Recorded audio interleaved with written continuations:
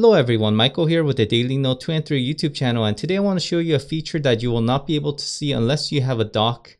It doesn't have to be a smart dock like this one. You could just have a regular desktop dock that you've bought for any Galaxy device. So let's see what happens when we plug in the Galaxy Note 3 onto this dock.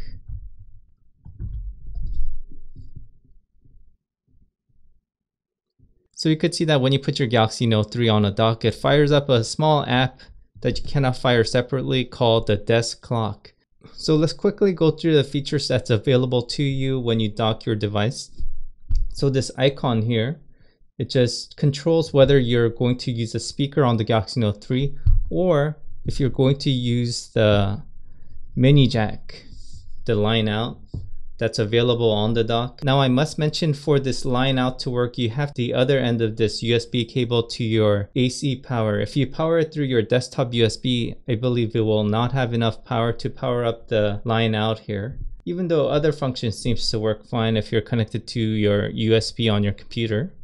So let's keep going. You can see that you have a calendar. When you tap on a specific date, it just opens up S Planner to that date, and you could see that numbers like 8, they have a little symbol attached to them. It just means that you have something scheduled for that date. Okay, and you could see the weather here. Next, you could see that you have shortcuts to your apps on the bottom. You can edit those apps. You could go to menu, edit shortcuts, and then when you slide it, let's just add that one.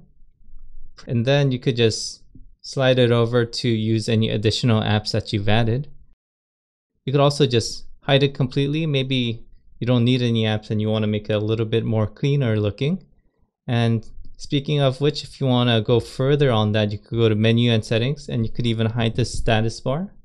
You could see that the status bar goes away. Although I think the status bar is useful. A lot of apps give you notifications when you get messages. Okay, let's see what else is in the settings. Let's bring back the status bar. You could change your wallpaper to anything in your gallery. So let's select the picture that I took yesterday. Need to crop it first.